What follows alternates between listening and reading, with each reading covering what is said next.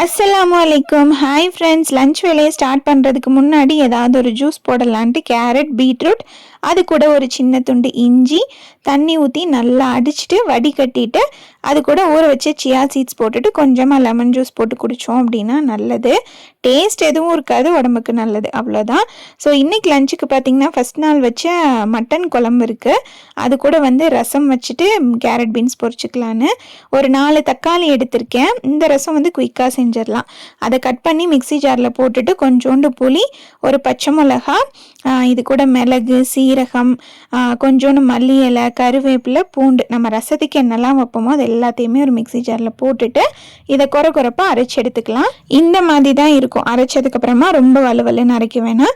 இப்போ ஒரு பேனில் கொஞ்சோண்டு எண்ணெய், கடுகு, உளுத்தம்பருப்பு, கருவேப்பிலை போட்டுட்டு அது நல்லா பொரிஞ்சதுக்கப்புறமா நம்ம அரைச்சி வச்சுருக்க அந்த பேஸ்ட்டை ஊற்றிட்டு கொஞ்சோண்டு பெருங்காயத்தூள், மஞ்சள் தூள் போட்டு நல்லா மிக்ஸ் பண்ணிவிட்டு அப்படியே மூடி போட்டு ஒரு 5 மினிட்ஸ் விட்டுருங்க. அதோட பச்சை வாசனை எல்லாமே போகட்டும்.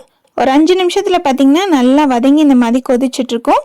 இந்த ஸ்டேஜில் ரசத்துக்கு தேவையான அளவு தண்ணி, உப்பு, மல்லி இலை போட்டுட்டு நுர கட்டினதுக்கப்புறமா இறக்கிட்டிங்கன்னா சூப்பர் அண்ட் மனமான திடீர் ரசம் ரெடி ஆயிடுச்சு. ரொம்ப ரொம்ப குயிக்காக செஞ்சிடலாம். டேஸ்ட்டும் நல்லாயிருக்கும். எல்லாத்தையும் ஒன்றா மண்ணா போடுறோம், நல்லா இருக்குமான்னு நினைக்க வேணாம். கண்டிப்பாக இந்த திடீர் ரசம் ஒரு தடவை ட்ரை பண்ணி பாருங்கள். சூடான சாப்பாடு, நாள் வச்ச மட்டன் குழம்பு, கேரட் பீன்ஸ் பொரியல், அதுக்கப்புறம் இந்த ரசம், நல்ல கம்ஃபர்டான ஒரு லஞ்ச் இது. இந்த ரசம் மறக்காமல் ஒரு தடவை ட்ரை பண்ணி பாருங்கள். தேங்க்யூ.